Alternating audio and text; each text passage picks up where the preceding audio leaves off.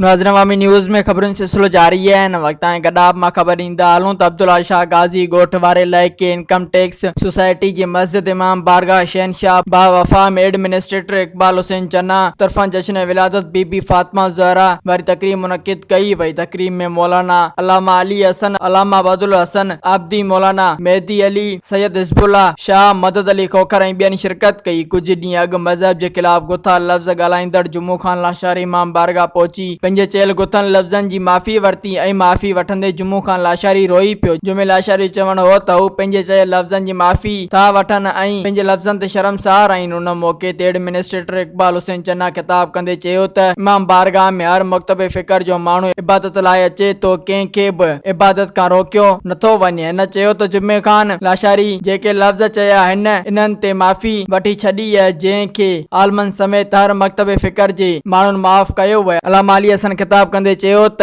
फातिमा ज़हरा जी विलादत बा सआदत असां मुसलमाननि जे लाइ कंहिं ख़ुशियुनि खां घटि न आहे। हिननि चयो त बीबी फातिमा ज़हरा असांजे प्यारे नबी जी प्यारी ऐं नेक न्याणी हुई। अॼु जे हिन ॾियारे ते असीं सभिनी मुसलमाननि खे विलादत जी मुबारकबाद ॾियूं था। तकरीब जे आख़िर में न्याज़ ऐं लंगर जो इत्माम पिणु कयो वियो। मज़ीद खबरों और तफसीलात के लिए विजिट करें हमारी वेबसाइट www.awamiNewsHD.com।